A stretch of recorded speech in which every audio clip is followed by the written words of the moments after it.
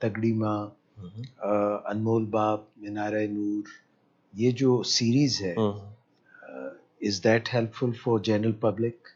Absolutely. یہ doctor Sadaqat کی لکھی ہوئی جو پیرنٹنگ پہ بکس ہیں، جس میں ایک میں بہت زیادہ فادر کے رول کے اوپر اور ایک میں مدر کے رول کے اوپر لکھی گئی ہیں. Parents who have read through them, studied them, بہت اس سے فائدہ اٹھاتے ہیں، اور اس سے بھی آپ کی ایک بڑی اچھی بیس سیٹل ہو جاتی ہے. پھر آپ کو یہ بھی پتہ ہوتا ہے کہ صحیح سوال کرنے والے کیا ہیں. سیکھنے آتے ہیں تو پھر ان کو پتہ ہے کہ اچھا یہ بیسکس تو ہم نے بک میں بھی سیکھی ہے، اب اس سے آگے کا بتائیں.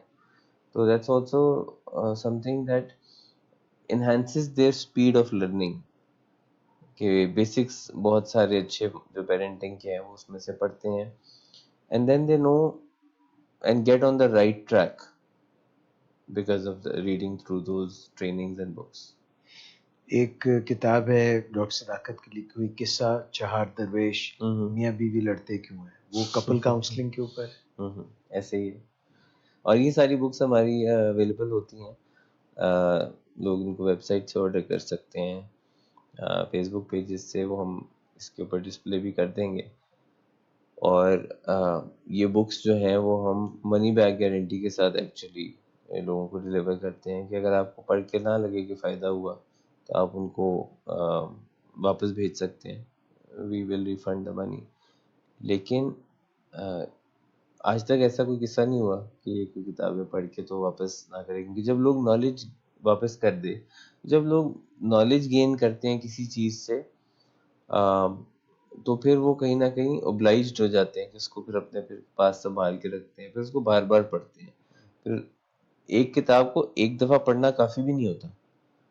مجھے بہت ساری بکس ہیں جو 7 دفعہ 8 دفعہ پچھلے 10-12 سال میں پڑھی ہوں گی ریپیٹ پہ، کیونکہ ہماری میموری کمپیوٹر کی میموری کی طرح نہیں ہوتی ہے، اس میں چیزیں ایز اٹ از نہیں رہتی ہیں. To keep them fresh we also have to go back to them, read them again and again and again. تو بار بار بھی بکس کو پڑھنا چاہیے. یہ جو لوگوں کو لگتا ہے نا میں نے پڑھ لی ہوئی ہے، وہ بھول جاتی ہے. ایسی کچھ بکس ہیں جو میں نے 2015-16 میں پڑھی ہوئی ہیں، بس مجھے ان کا ٹائٹل یاد ہے، آگے مجھے کچھ یاد نہیں ہے اس میں کیا تھا.